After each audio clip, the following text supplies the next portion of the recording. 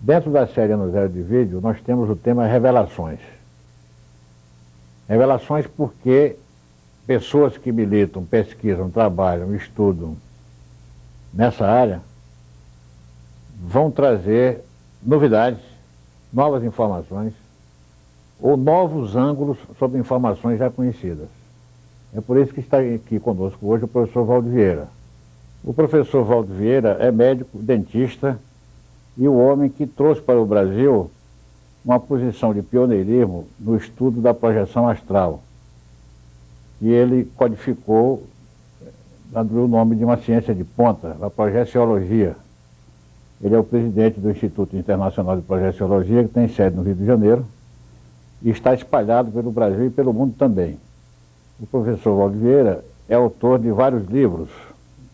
O mais corpulento, o mais substancioso deles é um livro que se intitula justamente Projeciologia, um volume de cerca de 900 páginas, mas ele está produzindo outros textos. Porém, o professor Valdo Vieira não é um teórico, ele é um homem prático. Ele é um homem da vivência e da experiência. Professor Valdo Vieira, você entendeu o que é o astral? O astral para o povo, do ponto de vista vulgar, a expressão comum, popular, é o processo extrafísico ou plano espiritual, a dimensão que transcende a parte energética nossa. Nós temos, por exemplo, essa vida aqui humana é uma vida energética. Então nós movimentamos esse corpo por vias indiretas. Então para isso a gente começou a estudar para ver o que podia discernir nesse sentido. Agora veja, esse plano astral, dimensão astral, plano espiritual, é justamente a dimensão próxima a essa energética que nós vivemos. Nós vivemos, por exemplo, na vida intrafísica, essa vida humana, a vida material, carnal. Mas isso é uma vida energética. O nosso corpo nada mais é do que um conjunto de matéria vivificada biologicamente, através da genética. Agora, a energia básica disso aqui, ela vem da consciência de cada um de nós.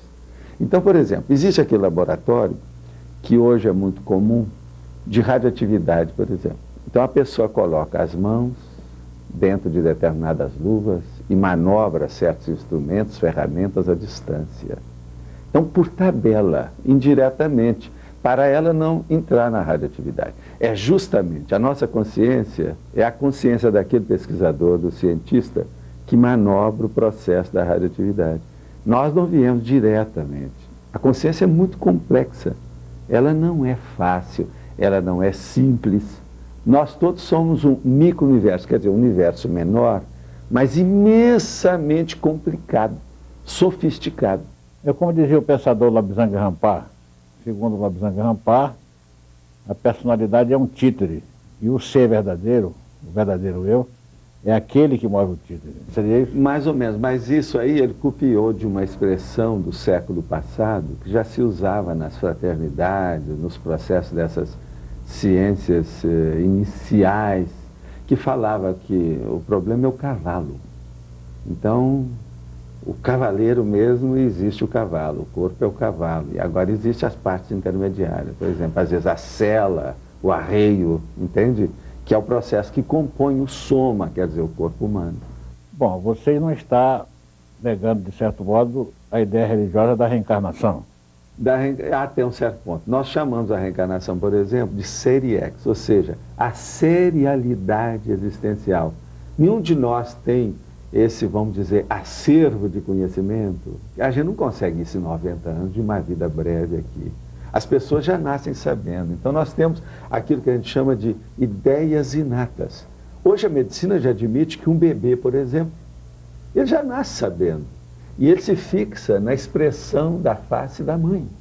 Aquilo mostra que há ideias inatas. Todos nós renascemos, veja bem a palavra renascemos, com ideias inatas. Então veja bem, todos nós somos gênios. Nós calculamos, por exemplo, uma base de 11 inteligências básicas, mas nós temos muito mais do que isso, são dezenas de inteligências. Agora, 11 básicas. Quais são? Tem várias delas, mas, por exemplo, o que interessa são 3.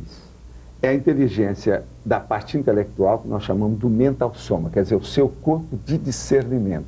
Além da boa vontade e da boa intenção, você tem um discernimento. Então você tem que saber, por exemplo, o que é o melhor do pior, aquilo que é avançado daquilo que já está ultrapassado, que não interessa mais, que já entrou no bolor. Então, veja bem, essa é a inteligência, então, propriamente dita, intelectual. Agora, existe a inteligência parapsíquica, por exemplo, que é a que nos interessa também dentro do processo da projetabilidade, quer dizer, essa qualidade da pessoa se projetar com consciência para fora do corpo e ter experiência extracorpórea. Então, veja, o parapsiquismo envolve esses processos que tem todas essas crendices, o realismo, a opção de coisa, tem que depurar isso de todas as crenças, a fé, a religião, para nós então chegarmos na clarividência, no processo da parapsicologia, o processo, por exemplo, da telecinesia, a distância, esse conhecimento então que constitui o parapsiquismo. A projetabilidade lúcida, ou seja, a capacidade da gente sair do corpo com lucidez, pela vontade da gente, está dentro dessa inteligência do parapsiquismo. E a terceira, por exemplo, que funciona muito, é a da comunicabilidade. Comunicabilidade é isso, por exemplo. Aí eu não tenho nenhum estresse para estar falando aqui na televisão. A minha adrenalina, por exemplo, ela não vem para o meu sangue, nada. Eu me sinto bem com isso. Agora, se nós pegarmos uma pessoa que ela vai ficar aqui debaixo de qualquer foco, ela vai ter um estresse doentio. Isso é negativo para ela. Então a inteligência dela ainda não chegou naquele nível. Outra coisa, eu aqui, por exemplo, eu falo com certo desembaraço para a pessoa que está me ouvindo. Então, meu laringo chakra, que é a base da energia, do holochakra, da energia, que permite a comunicação verbal, oral, ele é desenvolvido também. Esse é o motivo que eu mantenho, por exemplo, essa barba desse tamanho. Por quê? Você tem que manter o corpo rígido, ou seja, integrado, integral, sem nenhuma mutilação. Um homem, por exemplo, que tem muito cabelo, do jeito que eu tenho, se ele corta esses cabelos, ele está se mutilando, é uma castração. Isso vai atingir, no meu processo da barba, por exemplo, o meu cabelo já azulou, foi embora, aqui em cima. Mas não aqui, eu tenho a barba cheia. Então veja, isso aqui é energia que sustenta a minha comunicação do laringo chakra. Eu às vezes faço debate público de 9 horas em seguida. Então eu não posso estar perdendo a minha voz, é igual o processo do cantor. Entende? Para mim, isso é um instrumento muito sério. Às vezes é muito mais sério que minhas mãos. Entende? Você já fez palestras no astral? Mas não é bem palestra. Eu sou mais especializado no processo da energia, exteriorização da energia. Então, por exemplo, as consciências, como nós chamamos, a consciência extrafísica, que está na parapsicose post-mortem, o que é isso? É aquela pessoa que entrou numa psicose, ela está meio perturbada, ela passou pelo fenômeno da dessoma, a desativação do seu corpo humano, e ela não sabe, ela devido ao psicossoma, aquele corpo emocional, que é uma duplicata desse, ela pensa que ela continua vivendo do mesmo modo. Isso então é a psicose, ela está alterada. Então, essas consciências, quer dizer, a consciência extrafísica, que está perturbada, doente, ela recebe bem as energias, por exemplo, no nosso caso, um projetor, você ou eu, se temos muita energia para exteriorizar e temos lucidez, através de um assistente, um amparador, como nós chamamos, nós somos animais ainda. Nós mexemos ainda naquilo que nós chamamos o subcérebro abdominal, que ele está mais no processo do chakra umbilical. Então diz respeito à sua alimentação, ao processo da Kundalini propriamente dito, a pré-Kundalini, a base da energia, e o problema, por exemplo, sexual, e também o processo do umbilico chakra, que leva e se junta vamos dizer assim, o espalhamento, ele espraia a energia para todo o holochakra. Então é muito importante isso, mas uma pessoa que é dominada pelo subcérebro abdominal, ela não tem racionalidade, ela não tem lógica, ela é movida pelo feeling, ela é movida pela crença. É a pessoa visceral, né? É praticamente visceral o tempo todo e abdominal. Você veja bem, muitas coisas ela vegeta. O que é que você chama de holochakra? É o conjunto do holochakra seria aquele nome antigo que eles davam de duplo etéreo, que é o corpo energético que nós temos. Então, veja bem, ele não porta a consciência. Ele não consegue carregar a consciência quando você sai. Mas você projeta a sua energia sem a consciência. Entende? Então, existem muitos tipos da projeção da consciência. Não é só isso que o povão chamava do desdobramento. A experiência extracorpórea, ela envolve uma série de requisitos e bases. Então, veja bem, você se projeta apenas os seus pensenes. O que é o pensene? Pensene é o conjunto dos seus pensamentos, dos seus sentimentos e da sua energia consciencial. Isso, a ciência convencional ainda não chegou aí, nem a psicologia. Agora, veja bem, isso é a realidade que está aí. É impossível qualquer um de nós, por exemplo, pensar alguma coisa, ou sentir algo, ou mexer com energia, sem reunir esses três componentes, simultaneamente, ao mesmo tempo. Então, toda manifestação, por exemplo, na hora que eu faço uma manifestação aqui, ó, para falar, o que se passa? Eu estou usando o pensene. Aqui tem uma ideia, aqui tem um sentimento ou uma emoção, e aqui tem a minha energia consciencial. Vamos voltar um pouco à imagem do psicótico pós-mortem. O povo diz que é aquele que morreu e esqueceu de deitar, né? Chama também de alma penada. Alma penada e o espírito lar também, que eles chamavam, os espíritos lares. Tem vários nomes. Isso aí, os penates. O meu livro, você sabe, terminologia, quem quiser, é só pegar o livro Projeciologia, que tem 3.300 termos. Mas diga uma coisa, qual seria a expectativa de vida nessa outra dimensão de um ser como esse, ou de um ser em geral? Olha, as coisas que nós vemos, por exemplo, através de pessoas que eu conheci, principalmente parente meu, eu já vi a pessoa dentro da parapsicose, pessoa que eu conheci durante muito tempo, várias décadas, passar 22 anos totalmente perturbada. Agora, pessoas mais antigas, segundo o que a gente vê, essas consciências que a gente encontra, parece que tem uns que às vezes vão ao século, 8 décadas e até mais. A gente não sabe bem aí, qualquer coisa é apenas suposição. Mas tudo indica que isso se prolonga. Nós chamamos esse período de período da intermissão ou a intermissividade. Para nós, por exemplo, no Instituto Internacional de Projeciologia, nós procuramos as pessoas que fizeram o curso intermissivo. Então elas já vêm com as ideias inatas que correspondem e batem perfeitamente com as nossas.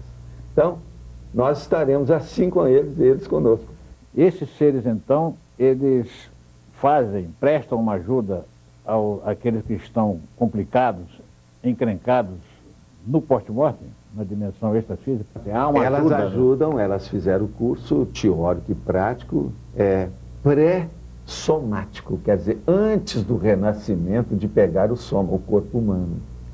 Olha bem, isso tudo é muito lógico. Se você for estudar, são fatos. A pessoa sai do corpo, ela vai ver.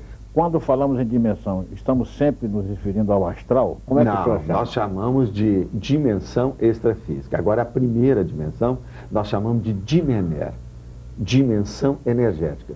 A dimener, por exemplo, eu começo a movimentar aqui a energia, então eu começo a ver sua aura. Daí a pouco estabelece como se fosse uma fumacinha entre eu e você. Isso chama-se acoplamento áurico.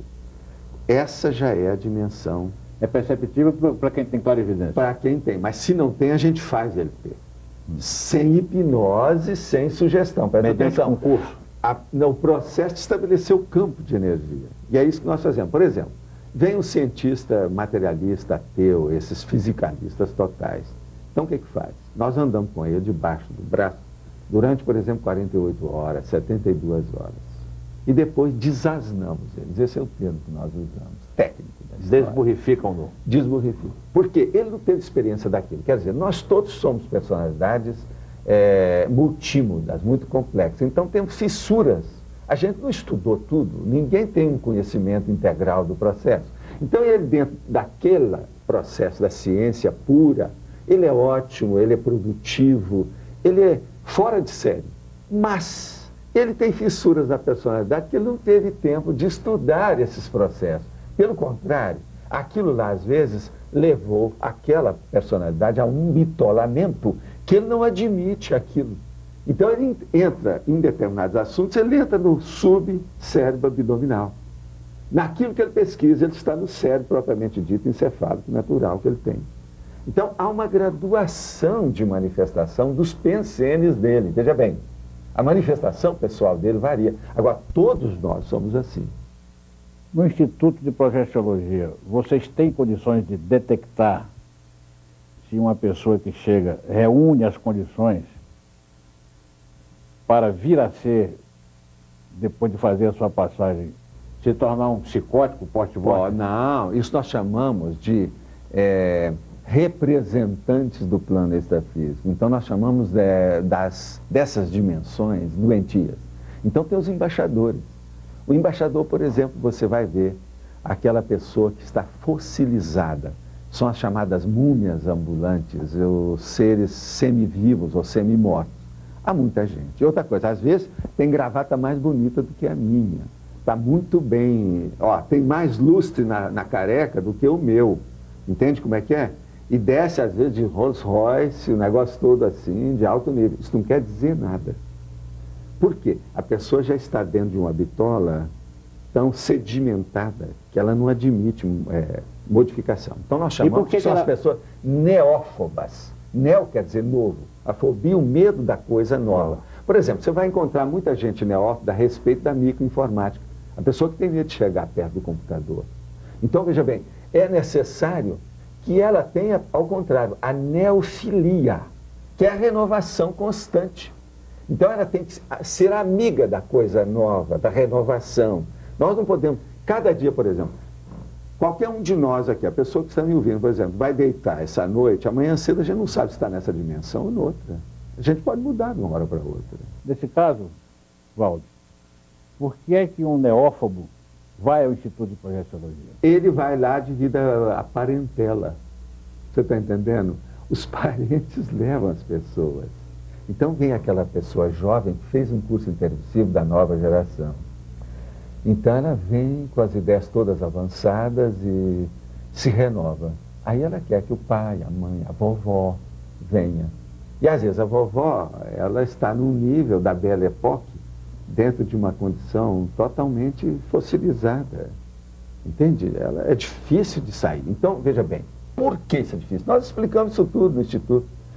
A situação toda é o seguinte, nós todos, você, eu e a pessoa que esteja aqui me ouvindo, nós temos mais ou menos os mesmos totais e condições neuroniais, ou seja, mais ou menos 100 bilhões de neurônios, o mínimo, que parece que é mais, mas não há uma unidade de medida exata para esse total. Então, veja bem, nós todos temos 100 bilhões de neurônios, mas as ligações interneuroniais, as sinapses e glias, elas se modificam de acordo com o uso do seu cérebro. Então, por exemplo, uma pessoa que não esteja habituada, igual aquele cientista que eu estava dizendo, com o processo parapsíquico e outras dimensões, ele não tem sinapses correspondentes a isso. Então, ele não vai ter desembaraço, desenvoltura para enfrentar um tema novo desse. Ele tem que criar aquilo. Isso às vezes precisa de meses, às vezes precisa de 3 anos. Depende da condição dele. Então vem aquela pessoa que ela está fossilizada e paradona no tempo dela. Quando chega o Instituto, nós vamos fazer com que aquela pessoa crie a sinapse na cabeça dela por ela. A gente só dá a dica.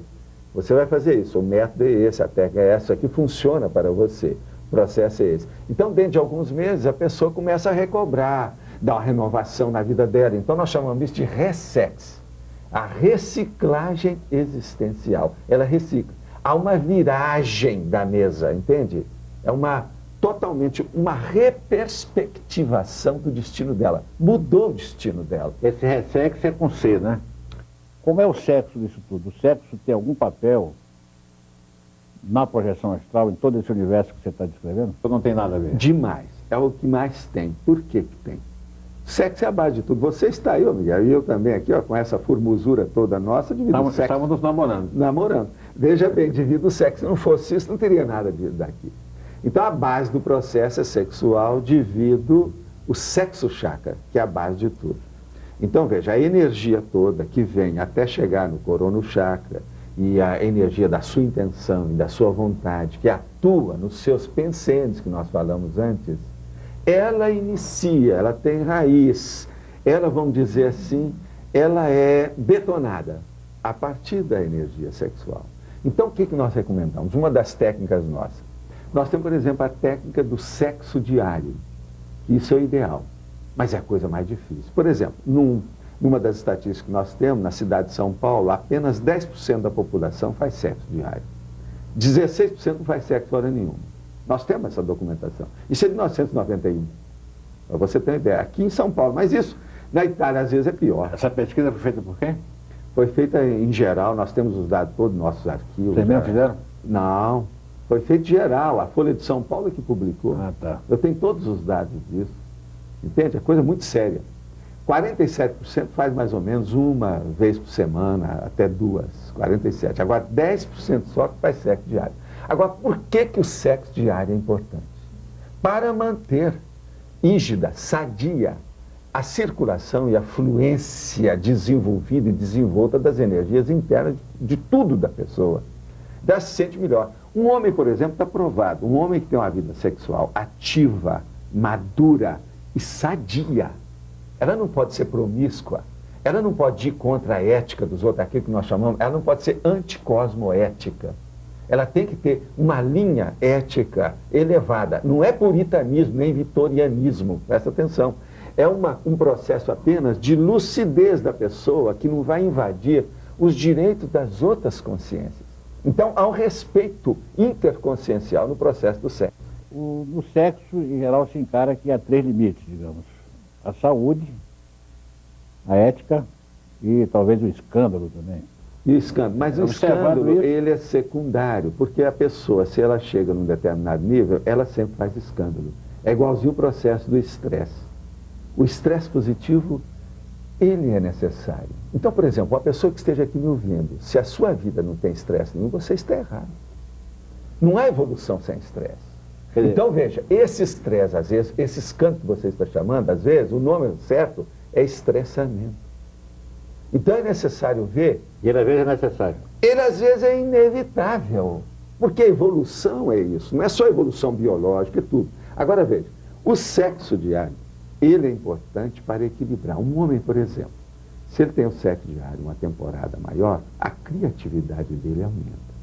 Tudo que ele faz vai render mais.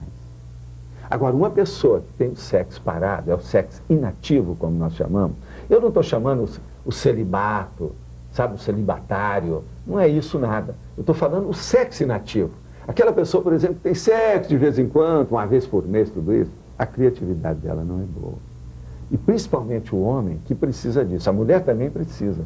Mas a mulher, ela já tem os embates naturais da vida dela. A menarca, tensão pré-menstrual, período menstrual, tudo isso. Ela recebe muito mais, vamos dizer, aquilo que antigamente eu chamava os estorcegões da dificuldade, entendeu? Aquelas vicissitudes, o abalo, o trauma do dia a dia. Então a tendência, por exemplo, do homem, quando ele quer criar muito, ele tem que se acalmar e ter aquele relax que o sexo dá.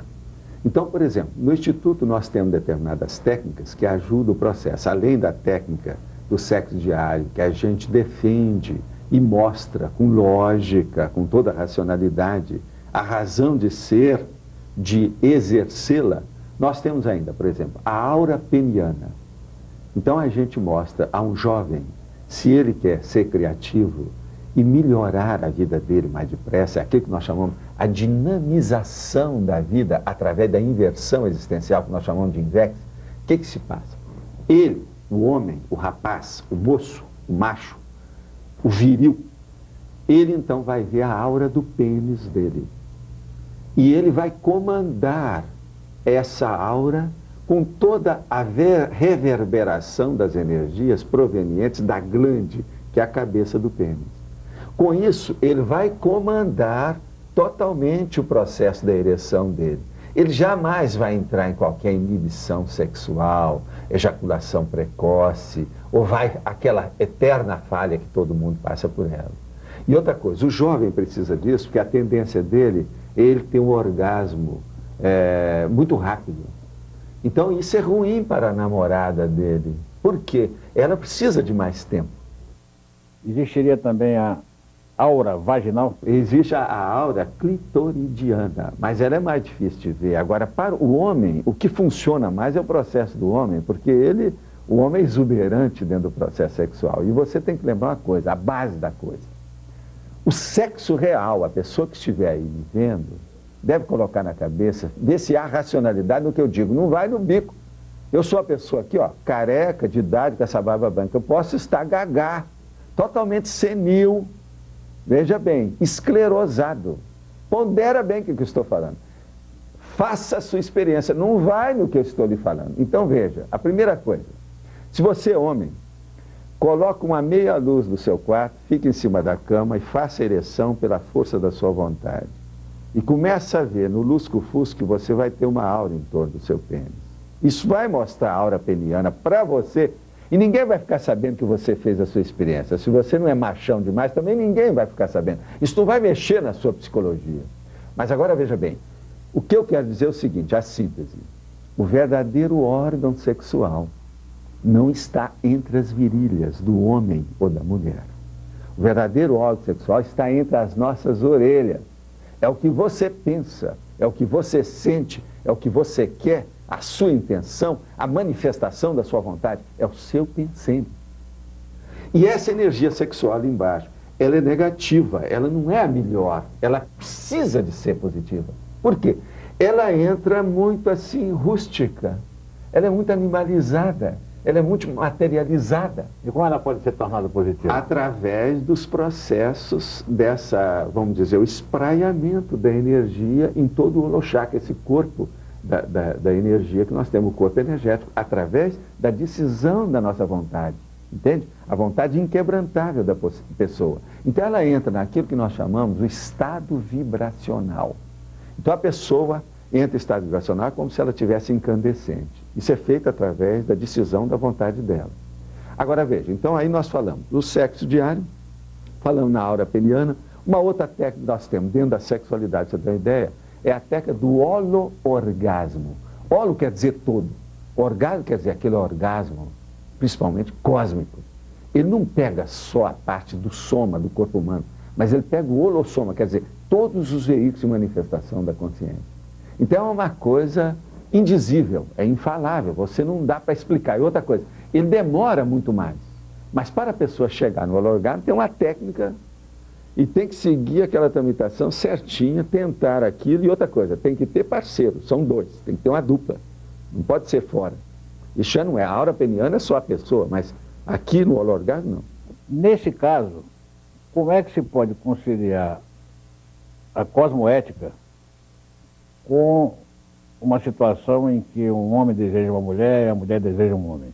Como é que se combina essa prática do sexo desse nível com a cosmoética, a ética É cósmica justamente para integral? combinar, viu, Miguel, que nós temos as técnicas. Pelo seguinte, a maioria das pessoas tem problemas nessa sociedade que ainda é patológica, tem muita coisa doentia que nós sabemos, devido aos processos emanados, originados do sexo, vamos dizer assim, imaturo.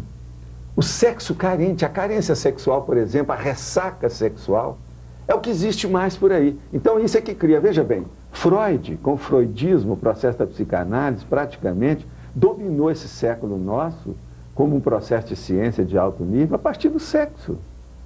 Então é muito sério nós sabemos como agirmos com o sexo de uma maneira positiva, construtiva e edificante. Então a cosmoética entra aí. Então a primeira coisa, uma das primeiras premissas nossas, você deve exercer o sexo maduro, com todas, vamos dizer assim, com todo despojamento e desinibição, para você não pensar mais no sexo depois que você exerceu. Porque a maioria passa 10 horas, 20 horas pensando em sexo. Você está entendendo? Sempre que devia de passar só aquele momento, ela se aliviar e não pensar mais naquilo para fazer outras coisas muito mais produtivas do que sexo. Vamos para um exemplo concreto. Ele não está pensando em sexo o tempo todo, mas na hora que ele está pensando na mulher do vizinho e a mulher do vizinho está pensando nele. Como e fazer? Ele então com isso, ele faz a evocação daquelas consciências negativas e doentias que estão com a mulher do vizinho ou com o vizinho.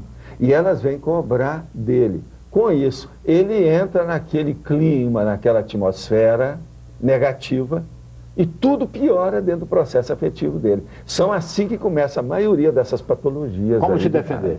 Como resistir à tentação? Se defender, primeira coisa, ele entra e vai conhecer o estado vibracional, que é esse problema, essa que é a chave energética que nós damos para a pessoa. Então a pessoa, a primeira coisa, a gente não fala para ela o que é energia consciencial, não. A gente só fala para ela o seguinte, você fica em pé e vai colocar a sua energia, a intenção sua, a sua vontade, da cabeça até os pés e suas mãos. Depois vai puxar. Então ela faz isso 5, 10, 20 vezes. Vai chegar uma hora que ela fala assim, realmente, Eu estou sentindo que alguma coisa se movimenta dentro de mim. Então, o que é que você acha? Não, é uma eletricidade, é um formigamento, é uma força, alguma coisa eu estou sendo varrido por isso. Agora, então, a gente fala, agora veja se há consistência. Primeira coisa, veja se não é sugestão. Então, ele começa a fazer, até chegar no estado vibracional, que ele é capaz de detonar aquilo com o pé nas costas, a qualquer hora, qualquer ambiente, até pelado, nu, até debaixo do sol, debaixo da chuva, em qualquer situação, uma hora que esteja falando aqui, entende? Em qualquer condição. Então, no nível desse, ele vai começar a ter mais confiança no pulso dele, as energias dele, a presença dele. Então, ele se torna mais autodominador desses processos. Com isso, ele cresce, tudo melhora na vida dele, porque ele corta os gurus todos, ele não fica na dependência de ninguém mais, ele corta as sacralizações, as idolatrias, as repressões, ele começa a se desreprimir de tudo. Mas a mulher do vizinho ainda está lá. A mulher do vizinho está lá. Ele deseja a mulher do vizinho. Ele vai ver, então, que quando ele faz isso, ele vai receber as visitas indesejáveis, ou das energias, ou de consciências assediadoras, que vão fazer pressão. As extrafísicas que estão fazendo pressão em cima dele, porque são consciências carentes. Elas querem vampirizá-lo. Elas querem viver com aquela energia que elas perderam. Então elas vêm atrás. Quando ele vê isso, o que ele faz? Fala assim, não, eu tenho que arranjar uma companheira que seja pura, pelo menos, ou isenta desses processos, que me dê pelo menos um alívio. Mas que esse alívio não traga essa sobrecarga negativa dessa influência constante em cima de mim. Ele mesmo vai ver. Então ele começa a fazer, nós chamamos isso do desassédio lúcido, consciente. O que você está chamando de desassédio consiste então em a pessoa se livrar dos vampiros. Nós sabemos disso. É lógico. E outra coisa, vocês têm que lembrar que existe uma massa impensante que não pensa por si. É o vidiota, é o radiota, é o blibliota, quer dizer, é o idiota da televisão, é o idiota do livro que lê, por exemplo, essas revistinhas que você espreme assim, ó, não dá essência nenhuma. Quantas não existem desse modo? E por aí vai. É o radiota, por exemplo, aquele que coloca um rádio e vai dirigir uma bicicleta lá, pedalar, ele está com o rádio, daqui a pouco ele bate a bicicleta, ele não sabe nem está aí. Então não há criatividade nessa pessoa, ela é vivida pelos outros. A própria mídia já faz. Então nós chamamos disso de robex. É a robotização existencial. A pessoa, então, ela está dentro do robô. Agora, veja bem, existe a robex até dentro da microinformática. É o débil mental alerta. Isso já tem até uma síndrome da psiquiatria. O débil mental alerta é aquela pessoa que é débil, mas ele está alerta o tempo todo. Mas você, para acessá-lo, tem que ser igual no computador. Você está entendendo? Tem que dar os inputs certos, na hora certa, tudo com a chave certa, tem a senha. Porque senão a pessoa não funciona. Agora, a gente vê isso em qualquer lugar. Você vai à Europa, você vê gente assim. Você vai aos Estados Unidos, você vê gente desse jeito. Mas vem cá, tudo que você está dizendo é muito interessante e neste momento, especialmente a referência que você faz ao fato de que nessa dimensão extrafísica, digamos, no astral, não há reprodução. Há sexo, mas não há reprodução. É particularmente interessante porque eu acabo de receber uma confirmação de um pai de santo, um sacerdote da religião de Umbanda, o Omolubá. Ele me relatou que foi ao astral, numa viagem, num desdobramento, numa projeção, e lá um Exu disse a ele que não há reprodução no astral. E confirmou que há sexo. Como é o sexo no mundo extrafísico? O plano extrafísico, a dimensão extrafísica, existe o sexo, mas sem as coordenações físicas ou biológicas nossas. Então, por exemplo, você pode ter um orgasmo do tipo desse holo-orgasmo, mas não há possibilidade nenhuma, por exemplo, da gestação humana. Não há reprodução? Não há reprodução, não há processo de uma ejaculação do jeito que está aí. Mas veja, isso eu estou falando no plano extrafísico. Há conjunção carnal? Há conjunção e às vezes há uma coisa, há uma interfusão consciencial. E às vezes de mais de uma consciência. Se faz pelo holochata essa... Através do processo da expansão da energia. Então, por exemplo, se tem uma consciência que está com poder de energia maior, ela movimenta aquilo e ela está tranquila, ela é sadia, e tem outras que são carentes, ela chega e faz o acoplamento alto de grupo. ela recupera todo mundo, todos vão se sentir melhor.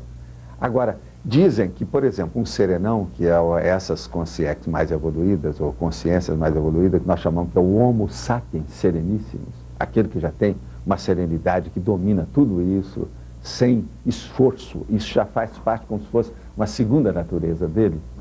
Dizem que daí para frente, essas consciências mais livres, nós chamamos isso de CL, já estão mais evoluídas, num nível maior, a partir do mental soma, do corpo do discernimento, elas são capazes, por exemplo, elas não fazem isso porque seria o estupro evolutivo, elas são capazes de chegar numa galáxia e fazer todo mundo ter um orgasmo simultâneo, pela energia que ela domina.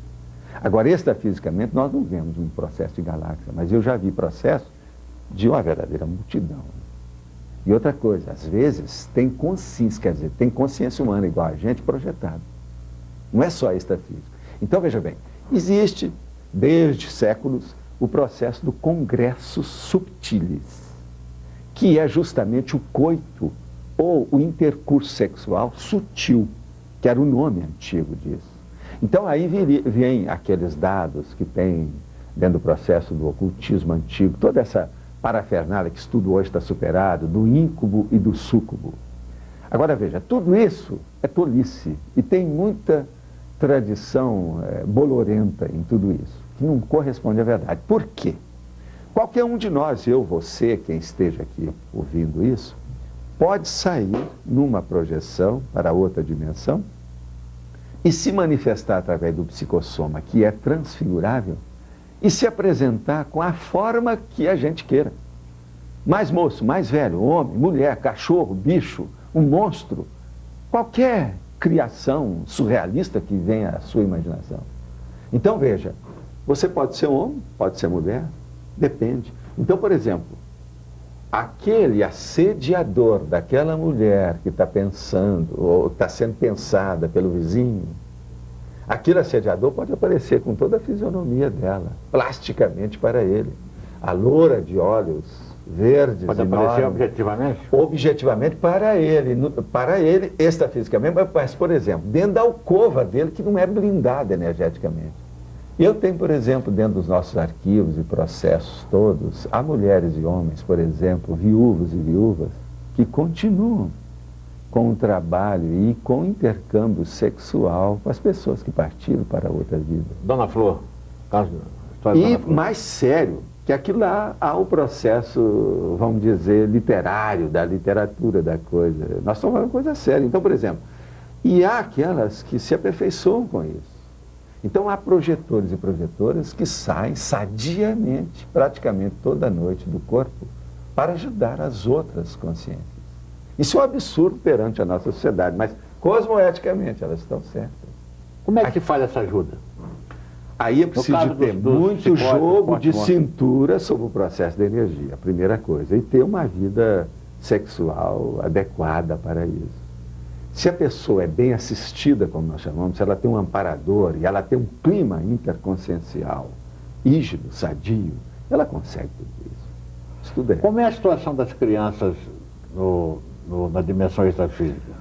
Olha, há crianças que não recuperam a sua adultidade ou adultez, aquele nível de maturidade natural que elas às vezes saíram de outra vida. Então, por exemplo, ela passa para a dessoma, desativação do corpo humano, vai para outra dimensão. Ela chega, então ela demora uma temporada até se tornar adulta. Mas a maioria, às vezes, se torna adulto imediatamente. Então, esses seres que ajudam outros na dimensão extrafísica seriam o que a tradição chamou de os anjos, por exemplo? São anjos até um certo ponto, pode o nome aí não interessa, mas geralmente são pessoas igual a gente mesmo, ou que você queira, o nome técnico, consciências extrafísicas. Nós, por exemplo, o seu anjo de guarda vai amanhã ter uma vida e você vai ser o anjo de guarda dele. Você troca de posição. Isso é o que acontece mais. Então, são consciências mais ou menos do mesmo nível evolutivo, mas em dimensões diferentes e manifestando por veículos de manifestações também diferentes. Então, por exemplo, é muito diferente o seu amparador, que vai ajudar você através do psicossoma, ou seja, do soma, do corpo, do veículo, que é o emocional. Ele tem muito mais amplitude de manifestação, o acervo de possibilidade deles é muito maior do que o soma dá para a gente. Então ele tem, por exemplo, aquilo que para nós seria uma precognição, o que vai acontecer, ele já tem uma visão de conjunto ampla, ele está vendo o que vai acontecer, devido ao processo da dimensão, entende? Certo. Agora, esses anjos não têm nada, vamos dizer assim, de conotação neles mesmos, do ponto de vista assim, místico ou processo religioso do jeito que tem. Isso aí tudo é criação nossa devido à repressão da nossa própria vida. Então, os arquétipos da própria vida nós criamos, porque nós todos recebemos uma influência de condicionamento enorme, a lavagem cerebral própria do próprio lar, da criação, da escola, da vida profissional, da vida social. Isso é uma lavagem cerebral constante que a gente tem que tirar e priorizar o processo da consciência. Então, por exemplo, no Instituto, nos nossos processos, nós buscamos que a pessoa raciocine por ela e decida que ela deva buscar a sua evolução. Ela tem que dinamizar, agilizar a sua evolução pessoal para ajudar todo mundo que esteja em torno dela. Os entes amados, quem ela gosta, de que modo que ela pode ajudar. Ela melhorando, ela vai melhorar todos. Uma pessoa, por exemplo, um próprio psicoterapeuta, ele ajuda melhor os outros se ele for mais rígido, se ele for mais sadio. Se ele se sentir bem com a vida, ele está bem com a vida, ele vai ajudar muito mais. Entende? O nível. Você conhece, digamos assim, o seu anjo da guarda na dimensão extrafísica? Não, do ponto de vista nosso é mais sério do que isso. Nós dividimos as pessoas e os processos conscienciais em 4 tipos básicos daquilo que a gente vê. Você vai lá frequentemente? Veja bem, primeiro nós somos aquilo que nós chamamos de uma consciência humana, que é um pré-serenão. Nós estamos caminhando para uma serenidade maior, sadia. E segundo, existe aquilo que nós chamamos do desperto. O desperto é o desassediado permanente total. É aquele que não recebe mais influência sem saber que está recebendo. Ele sempre sabe e se defende. Se defende sem atacar. É uma autodefesa energética sadia, positiva, cosmoética. Então veja, aí nós já falamos, o pré-serenão, que é o homem e a mulher comum, qualquer pessoa dessa, o gênio, o nobelista, o prêmio Nobel, etc., todos são pré-serenões. Agora tem o desperto, que é aquele que é o desassediado permanente total. Agora terceiro, é aquele que nós chamamos do orientador evolutivo. Então, por exemplo, você pode encontrar até o desperto muita gente que tem esse amparador, que seria o anjo de guarda, o anjo guardião. Mas eles não têm noção do que seja o orientador evolutivo. O orientador evolutivo é aquele que dá orientação, que estabelece diretrizes melhores, que sugere as coisas para o grupo evolutivo dele. Então ele é maior. Então, por exemplo, no caso nosso, na projeciologia, nós procuramos identificar essas coisas todas. Você, como pré-serenão, você vai se transformar num desperto e vai localizar, além do seu amparador ou dos seus amparadores, você tem que localizar e identificar o seu orientador evolutivo. Eu conheço meu orientador evolutivo há várias décadas. Agora, quando ele aparece, eu sei que vai haver uma modificação drástica em alguma coisa da minha vida. Entendeu? Então, há uma modificação. Isso, para mim, isso é exato. Entende? Não tem dúvida a respeito disso. Entendeu? Com o passar do tempo, são fatos palpáveis, igual que eu estou aqui ó, com a minha mão. É tão real igual a minha mão. Agora, quer dizer, à medida que você frequenta essa dimensão, ela vai se tornando mais... Você vai aurindo lições, experiências, experimentos e outra coisa, exemplos. E do ponto de vista da percepção, ela vai se tornando cada vez mais presente, ela vai se tornando, mais objetiva? por exemplo, no meu caso, eu sou capaz de estabelecer um campo com a maioria das pessoas. O campo é de energia. Uma pessoa, por exemplo, não tem clarividência alguma. Eu coloco ela debaixo do meu braço igual uma galinha com um pintinho. Então, como eu estava falando, 48 horas, 72 horas, a gente defasa a cabeça da pessoa. Eu já fiz vários que estão trabalhando comigo por causa disso. Tem muita gente que não vem com um curso intermissivo avançado para estar entendendo tudo que a gente está falando nesse nível. Então, a gente começa a pôr a pessoa para fora, a retirá-la lá do íntimo dela, ela mesma. A gente desencadeia o processo e ela toma conta. Entende como é que é? Tá. Agora, tudo com lógica, sem fazer a cabeça de ninguém, sem hipnose, sem sugestão. A gente dá a técnica, o processo é esse.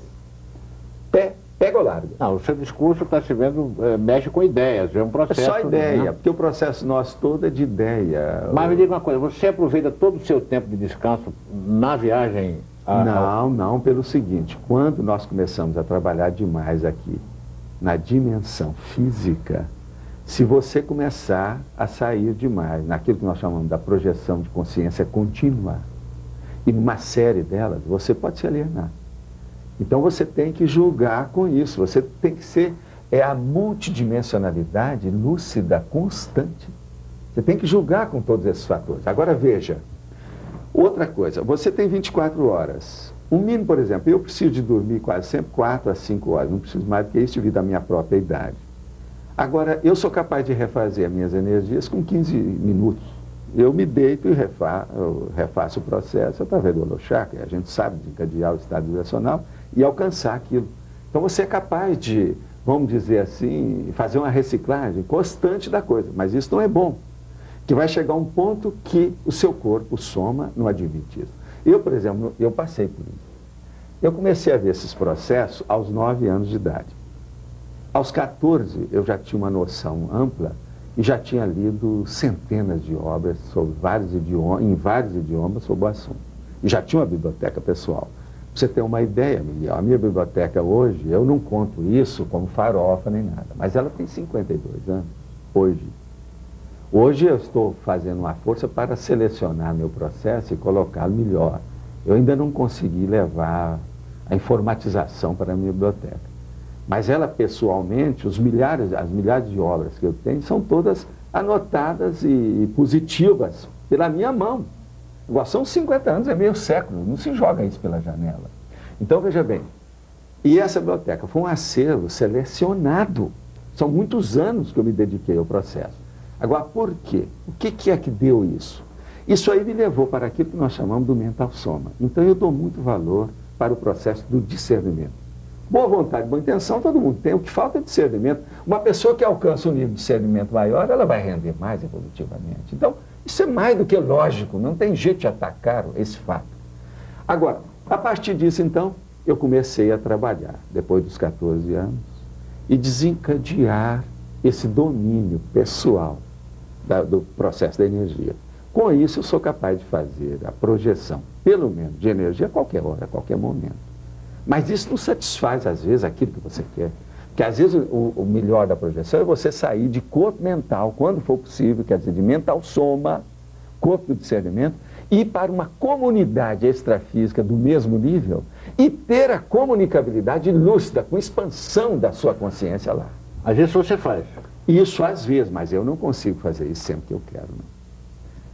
A gente escuta muito que no Oriente, por exemplo, essas pessoas entram naquilo que se chama de samadhi, o samadhi, o satori e outras coisas mais. Mas isso tudo é pequenininho porque naquele ponto daquela experiência oceânica, como eles dizem, não há uma comunicação interconsciencial. Eu quero ver a pessoa ir lá e ter comunicação com a consciência naquele nível e trazer a experiência, a lição do processo, da experimentação, aqui para a vigília física, sem perder a lucidez.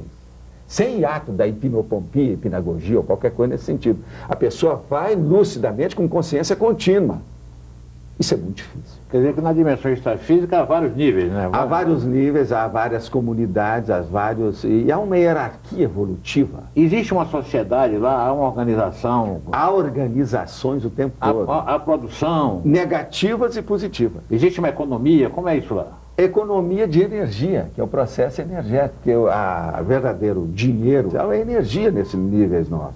Olha, na área da psiquiatria e da psicologia, há cientistas, pesquisadores, dizendo que realmente alguma coisa ocorre. Há uma projeção, algo que parece uma projeção, uma experiência de quase morte, mas não seria nada disso, segundo eles, que a projeciologia descreve. Basicamente, isso consistiria em uma alucinação, em suma, provocada por um derramamento de uma reserva de endorfina no cérebro no momento da morte. Essa química produziria imagens e situações que poderiam ser tomadas como reais pela pessoa que, de fato, não morresse e voltasse à consciência, né, depois de estar muito perto da morte. Então não haveria, de fato, uma outra dimensão, não haveria uma dimensão extrafísica. Haveria, assim, aí um procedimento, um fenômeno envolvendo neurotransmissores. O que é que você diz disso? São pessoas que não fizeram a experiência por elas. Eu, por exemplo, não gosto nem de debater o processo. Quando a pessoa não é do ramo, ela não fez a vivência. Para mim, o processo vivencial, sabe, Miguel, é mais importante do que todas as enciclopédias, desde a época da Biblioteca de Alexandria. Eu falei aqui que eu tenho uma biblioteca, mas 90% de tudo isso é lixo do pensamento total. A ciência convencional também, mesmo a moderna, você sabe que é muito lixo mental. Há pessoas com diarreia mental e há outras que fazem masturbações também psíquicas. Agora, o que nós achamos é o seguinte, veja bem, a experiência da quase-morte, que é um dos 54 fenômenos desse livro, Projeciologia, que é a base do processo, a decodificação que nós fizemos do problema da experiência extracorpórea, dá 54 fenômenos. Um desses 54 é justamente a experiência da quase-morte. Na experiência da quase-morte, por exemplo, dizem que isso acontece, é uma das hipóteses que existe. Mas hoje, há milhares de técnicos multidisciplinares, pesquisadores de todas as categorias, e gastando milhões de dólares na pesquisa dessa experiência da quase-morte. E ela então vem justamente chancelar nossas pesquisas de todas essas décadas. Uma delas muito séria é justamente a experiência da quase-morte que ocorre com uma criança. Ela vai ela mesma ver e volta contando fatos, relatando nomes, pessoas e condições muito anteriores à própria vida dela, que só os adultos já amadurecidos de uma certa idade física é que saberiam o que aconteceu. Agora veja, aquela menina de 9 anos, de 8 anos, ela vem, relata aquilo e conta fato no argumento. Como é que aquela menina saberia de um processo desse com tanto detalhe? Mas nesse caso, não poderia se tratar de um fenômeno telepático? Mas não é só telepático, as conotações são múltiplas. E outra coisa, concomitantes. Há uma simulcognição, às vezes, do processo. Quer dizer, há um conhecimento simultâneo de tudo aquilo, dentro daquele contexto geral. Só quem está lá dentro, como protagonista, é que vai saber. Então, esse é o motivo que a gente fala. Se a pessoa não teve uma experiência da quase-morte, o ideal é ela pegar aquelas técnicas que ajudam, ela sai do corpo, ela vai lá e verifica. Ela pode fazer até uma evocação extrafísica de uma consciência dessa que ela queira ver, desde que ela tenha certeza lá dentro dela, tenha a convicção que aquela consciência esteja sadia. Para não evocar, no caso aí, o negativo, o doentio e o pior. Professor Valdiveira, você pode relatar alguma das suas experiências? Uma das experiências que às vezes eu falo, que para mim foi importante, na época que eu montei meu consultório em Copacabana, como médico, eu atendia um grande número de senhoras, moças e tudo mais para ver o processo de cosmética e plástica. Em que época é isso, professor? Isso foi em 1967 até 1970, Copacabana. Eu tinha um consultório na Figueiredo Magalhães. Agora, o que se passa? Uma dessas pessoas que era amiga de minhas amigas e meus amigos não admitia o processo da projeção, que algumas dessas amigas nós já tínhamos mostrado, já tinham feito as técnicas e resolvido. Isso muito antes do Instituto Internacional de Projeciologia. Então, uma delas, muito estudiosa, muito lida, viajada, chegou e nos desafiou. Que isso era impossível, porque se fosse, era o caso de comprovar um processo desse, o que havia a respeito disso. E aquilo foi insistindo perante meus amigos, numa condição assim muito de hostilidade pejorativa do assunto. Então eu falei assim, eu vou aceitar seu desafio com o testemunho de todos os nossos amigos, são amigos nossos comuns, vamos ver o que se passa. Você me dá uma semana para ver o que acontece. No máximo, em 7 dias eu volto a falar com você. Agora, o que se passa? Eu comecei a fazer experiência para ver se saía do corpo, para ver o que se passava com a vida dessa pessoa. Para valer, de propósito, procurei me calçar e colocar cosmoética em tudo que eu podia e melhorar as energias. 3, 4 dias eu não consegui nada, mas lá pelo 5º eu tive uma experiência fora de série. Durante uma tarde, deitei, era tá chegando para o fim de semana, de sexta para sábado, e saí E daí a pouco eu vi aonde estava essa senhora. Agora, acompanhei tudo, vi detalhes, conversas íntimas dentro de um carro com todos os detalhes. E no outro dia chamei meus amigos, falei primeiro com eles, olha, eu vi alguma coisa que se passou ontem às tantas horas, pelo meu cálculo, entre tanto e tanto. E nós vamos agora verificar se eu vi fora do corpo ou não. Não vão dizer que foi um detetive que eu arranjei ou qualquer coisa que não vai colar. Vocês vão ver que não dá certo. Então eu cheguei e abri o jogo. Só na vista das pessoas, não arranjamos para falar aquilo. Comecei a falar com calma, falei assim, olha, você saiu, encontrou com uma pessoa dentro do carro só vocês dois, vocês conversaram sobre isso, depois vocês foram para um lugar assim, o carro era mais ou menos esse, a cor era essa, entraram no motel, dentro do motel que vocês haviam acabado de chegar, não teve uma sala, vocês tiveram que passar para outro quarto que não era aquele, de modo que isso elimina completamente que eu estivesse já colocando detetive atrás ou qualquer coisa naquilo. E outra coisa, o que se passou? Qual era a sua roupa íntima? E abri o jogo de uma tal maneira, a moça ficou, então, essa senhora ficou amarela, azul, todas as cores. Estava traindo o marido, em suma. Estava traindo e nós fizemos da tal maneira que só ficaram sabendo pouco a pouco a coisa, com detalhes, para não criar problema. Mas bem evidente. Agora veja bem, coincidiu que a situação dela era aquela. E dentro de um contexto dificílimo. Mas clareou tudo. Ao que parece, existe então a possibilidade concreta de se utilizar a projeção para, por exemplo, espionagem industrial. Ela pode fazer sabotagem, espionagem, matar os outros, a pessoa tem um poder dentro dela. Só que vem a cosmoética e que segura, cerceia. Aquilo tem um limite. Mas que pode fazer, pode. Mas isso é um perigo. Por agentes... isso que é preciso de ter a cosmoética, porque senão a pessoa é a primeira, vem o reverter em cima dela. E ela não é reprimida ou contida no extrafísico por agentes extrafísicos? Ela é principalmente pelos assediadores, que é o processo, todos sabem, as religiões olham e tudo mais. Porque, para nós, a maior doença que tem dentro da humanidade é justamente o assédio interconsciencial. É o que tem mais isso. É a doença mais comum do que a cárie dentária.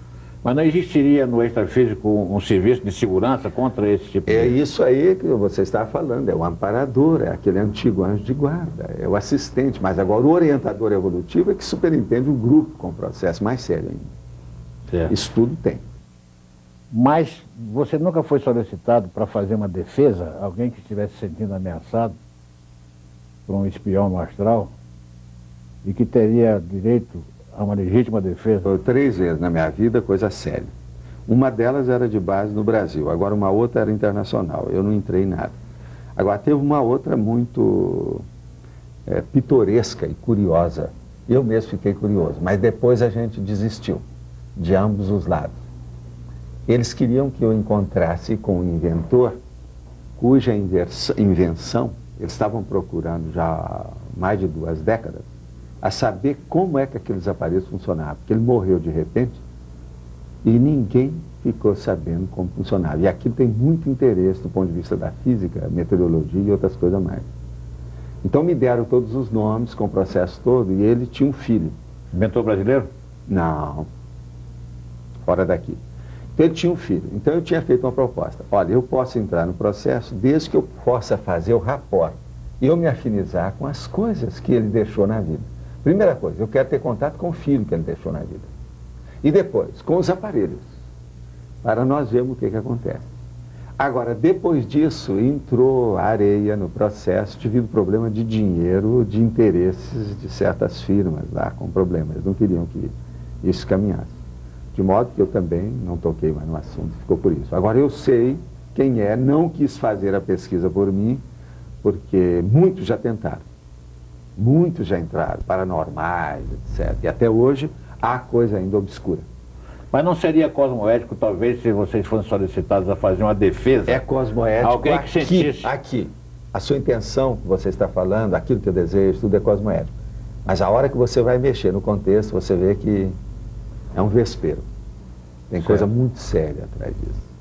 Então a gente começa a descobrir o negócio antes de você chegar. Atrás dos bastidores, você já começa a ver o que Pelo cheiro, pelo dedo, se você conhece o gigante. Muita coisa não se pode nem imaginar. Não vale a pena. Eu vi recentemente um programa de televisão em que um rapaz se apresentava como um projetor astral consciente e ele relatava que tem frequentes encontros na dimensão extrafísica com o Vinícius de Moraes.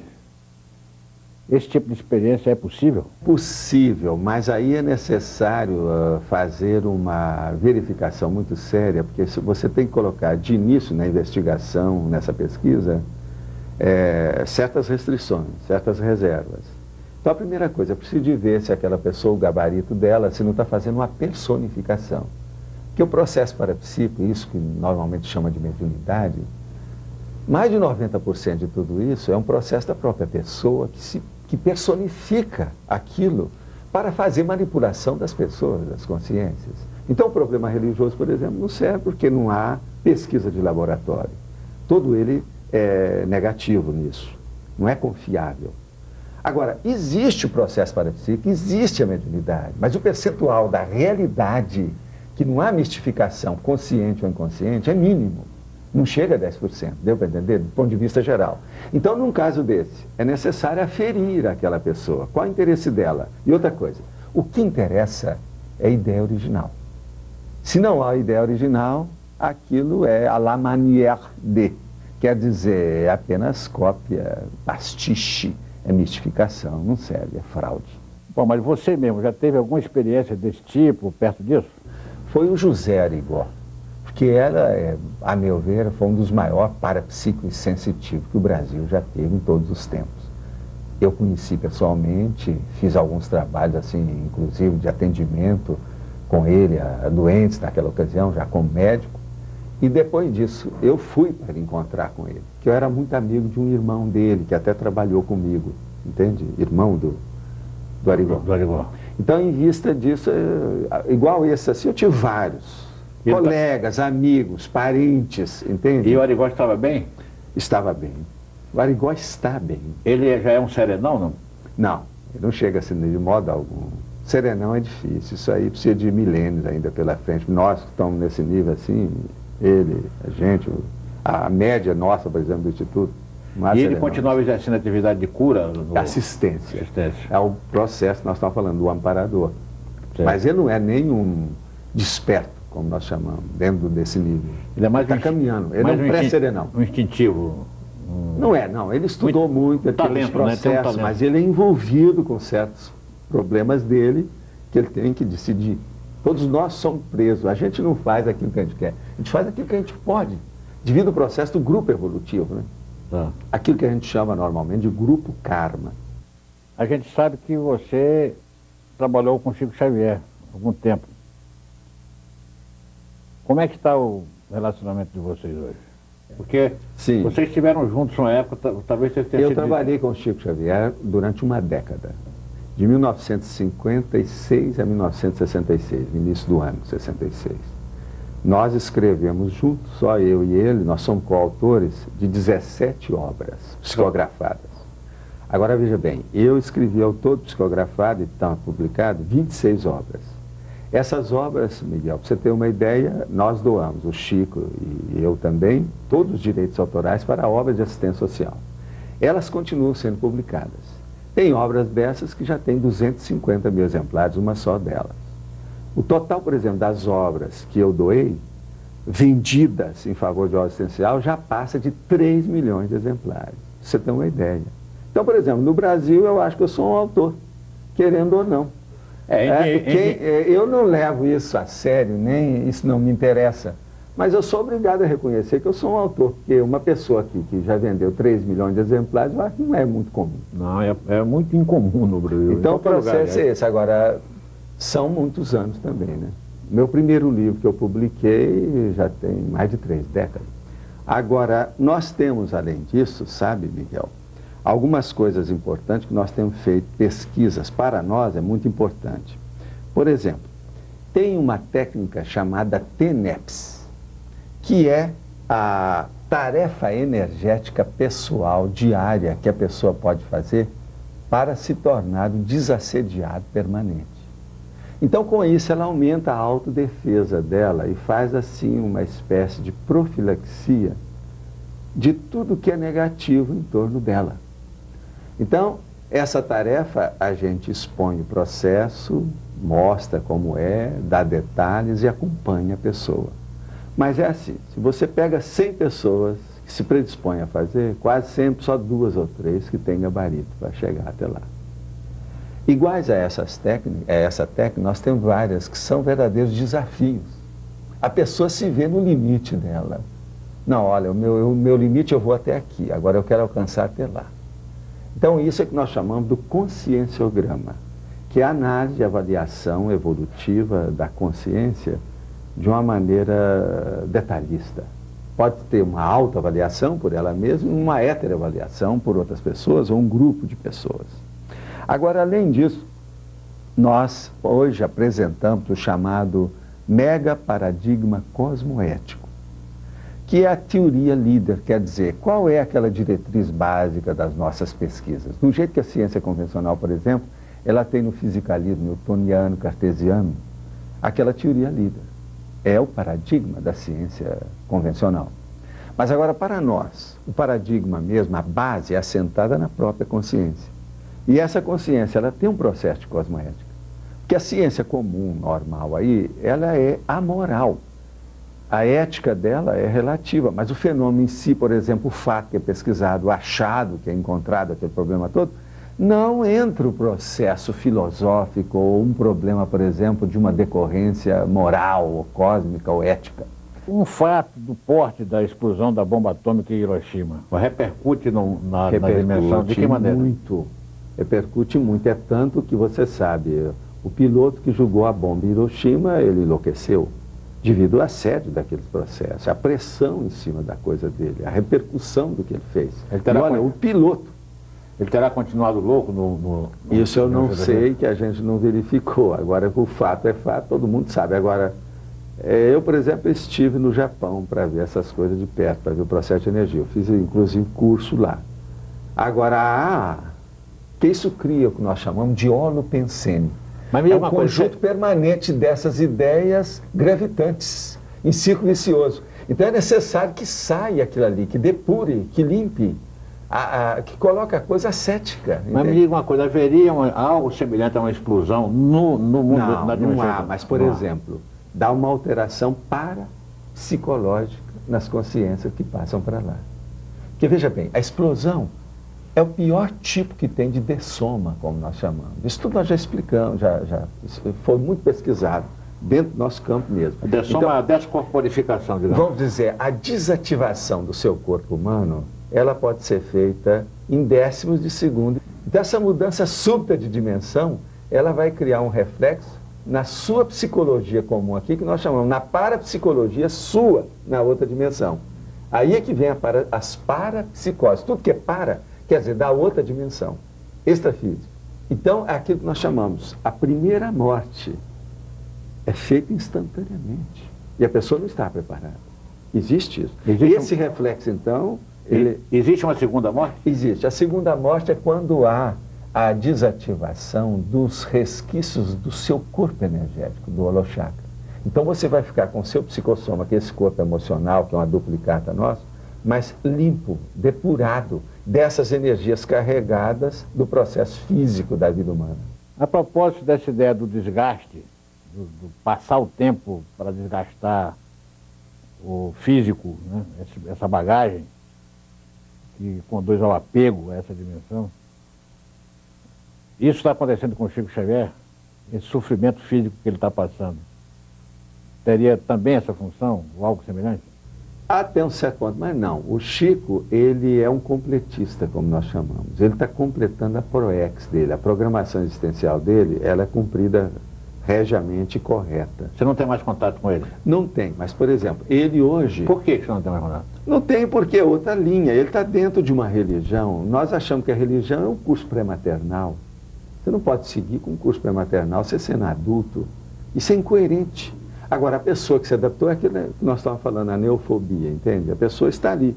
Ela se adaptou e ele, hoje, ele se sente como se fosse uma árvore mística que não pode ser deslocada. Ele vai terminar daquele jeito para cumprir a Então, de certo programação modo, dele. ele é um neófago hoje. Até um certo ponto, sim. Ele é neófito da ciência. Por quê? Ele é cristólatra. Uma pessoa que tem uma idolatria, ela ainda não tem uma hiperacuidade avançada. Nós hoje estudamos os cons. O que vem a ser cons? Cons é a expressão do início da palavra consciência. Então, a consciencialidade é a lucidez.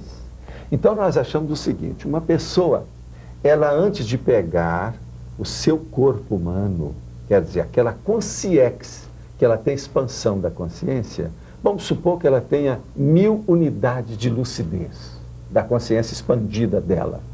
Na hora que ela vem no funil desse restringimento físico do renascimento, através de uma ferramenta dessa, a consciência então se reduz, ela é coartada, ela entra dentro do afunilamento. Então aqueles cons ela perde e ela vai começando a recuperar.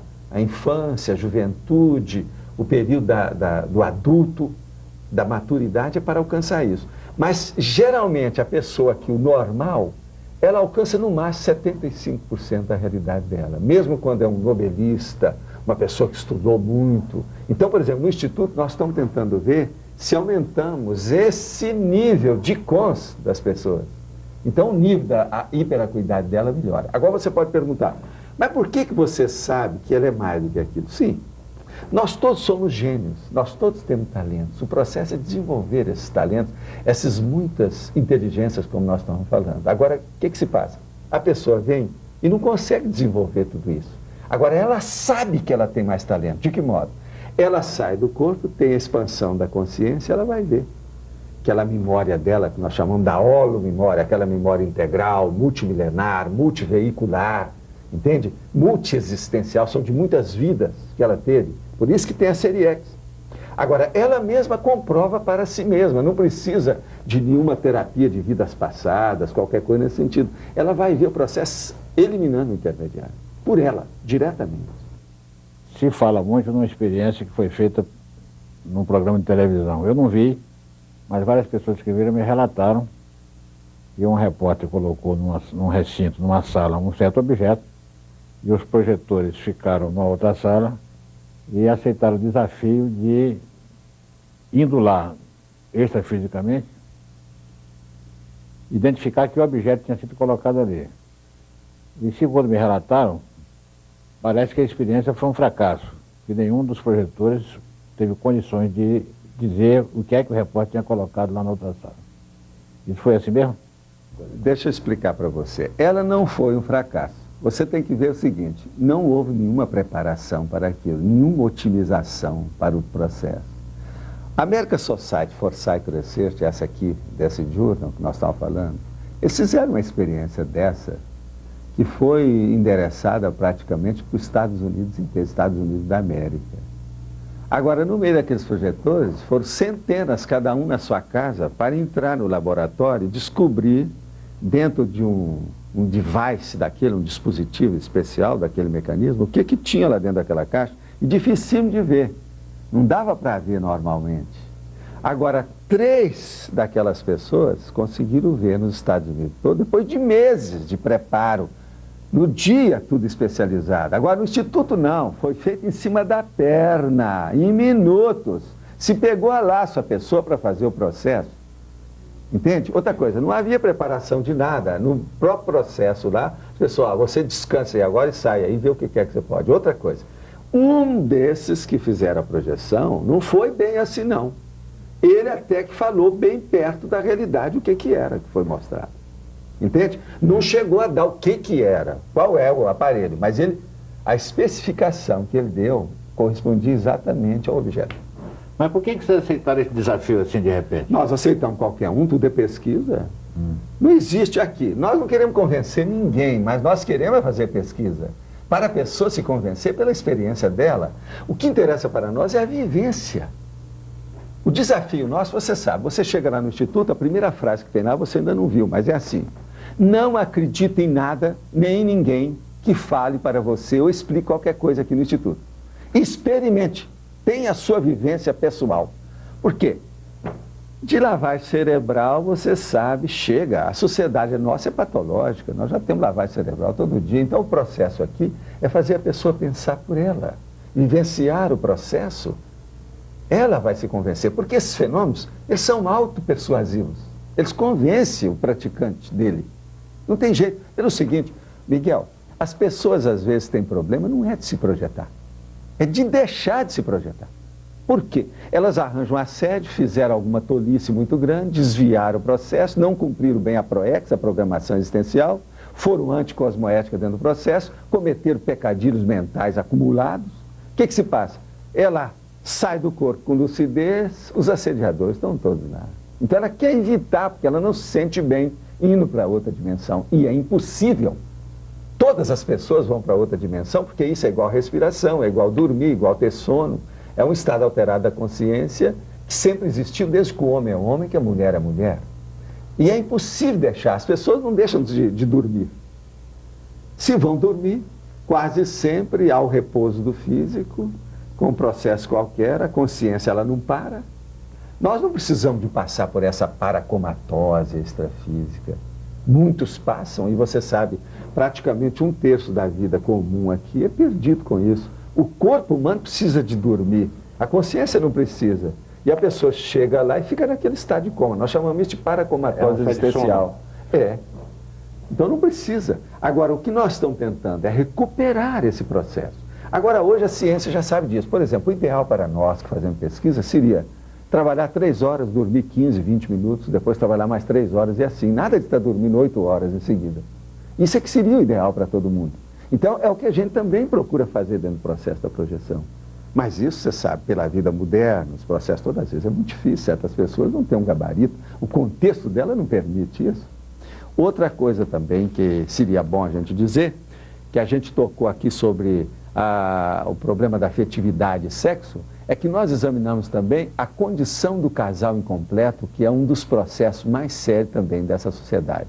O casal incompleto é o seguinte, nós falamos que existe um pré-casal, que é aquela pessoa que apenas faz a paquera ou dá uma cantada na outra. Isso é o pré-casal.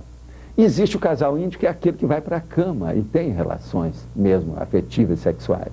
Agora, o casal incompleto é aquilo que a pessoa, às vezes, trabalha numa repartição 10, 15, 20 anos, aí 2 décadas com a pessoa e nunca houve nenhum relacionamento de processo mais íntimo.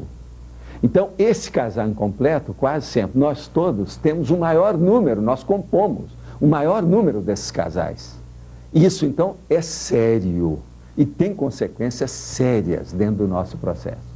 De energia, de afetividade, de evolução, de lucidez do processo. De modo que é muito importante para nós também essa hipótese que a gente mostra como é o processo e é a teoria do casal incompleto. É que o cultivo da projeção astral tem consequências práticas. Práticas e outra coisa, multidisciplinar, e envolve todas as linhas do conhecimento humano, porque você está mexendo com as outras dimensões que são muito mais ricas do que essa. Mas você acaba de citar... A nossa população atual, humana, é mais ou menos de 5 bilhões e 500 milhões de criaturas humanas. Extrafisicamente se calcula, estuda a hipótese, que é 9 por 1. São 9 vezes isso. Então, veja bem, a nossa procedência real, nesse nível evolutivo nosso, não é daqui. Nós não temos essa nacionalidade.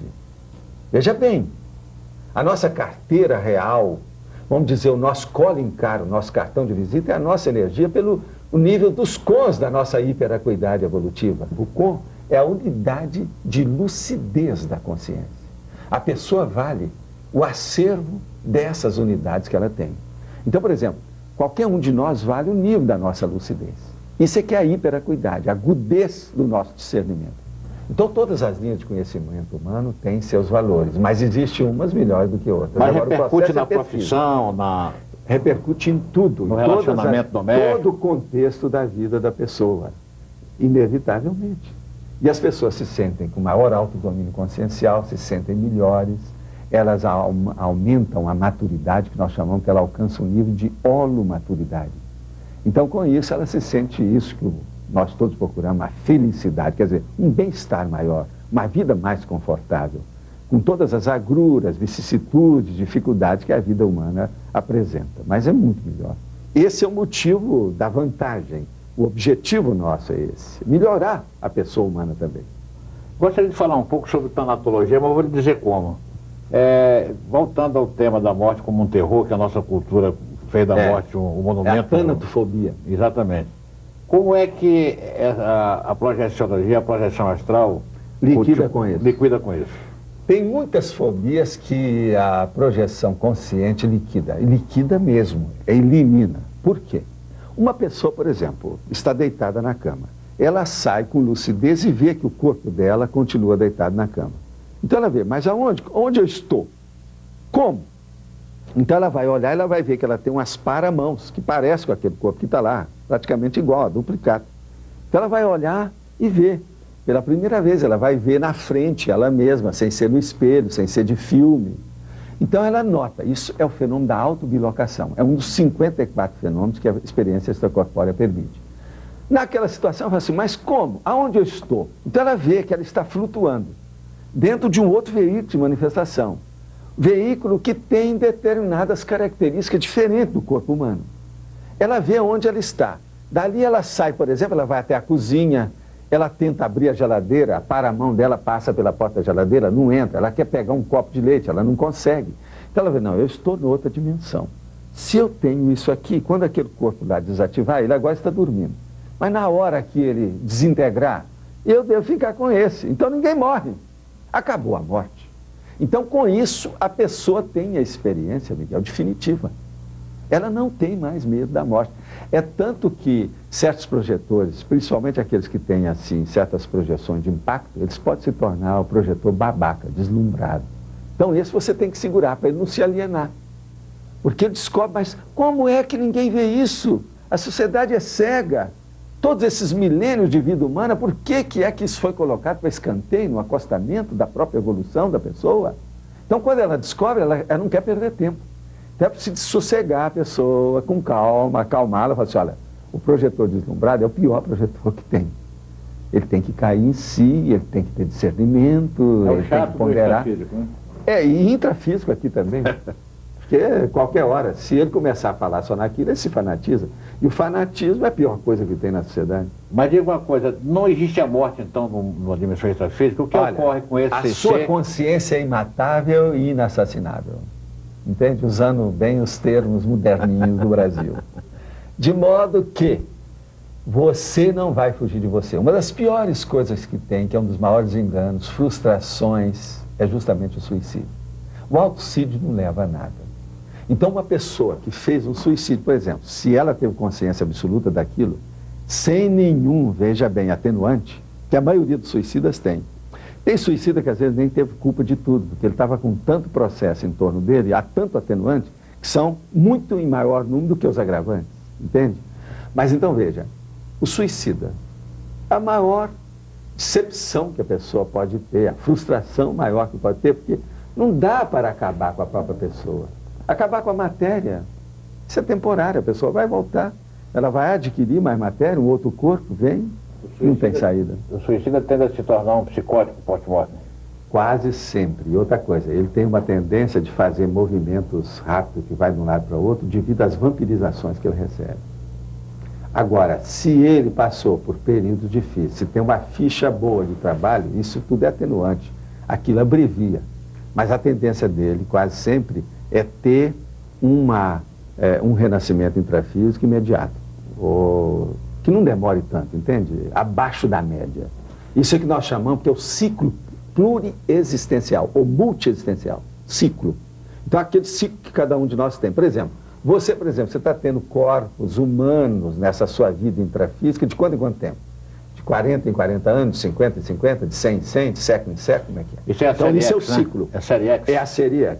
Isso existe. Então, quer dizer, a vida da consciência humana se passa ciclicamente em dois planos, basicamente. Dois planos, não, vários planos, porque a pessoa, as dimensões são variadas. Sim, esquematicamente. Mas esquematicamente, basicamente, de uma maneira elementar, são dois. Um plano que nós chamamos de físico. Intrafísico e o outro que a gente chama de extrafísico. O extrafísico é um físico que a gente poderia falar, só que tem aperfeiçoado, sofisticado, dentro de um nível mais avançado. Os antigos chamavam tudo de corpos, né? Corpo etérico, corpo anímico, tudo é corpo, Isso. né? Tudo é físico, afinal, né? Diferente até um nível. certo ponto. É. Tem sua razão. Agora, existe um nível que isso já não corresponde mais, é o que nós chamamos da consciência livre, porque ela está de mental soma. O mental soma é uma coisa difícil para você falar, entende? Aquilo que a gente fala, é o indizível. Nós não temos parâmetro aqui muito correto para chegar nisso. Quando você tem expansão da consciência, você já passa por isso. Então nós chamamos que a pessoa, num caso desse, ela entra dentro do consciência, que é a linguagem da consciência, além dos processos, dos esquemas, dos estrutos, dos símbolos.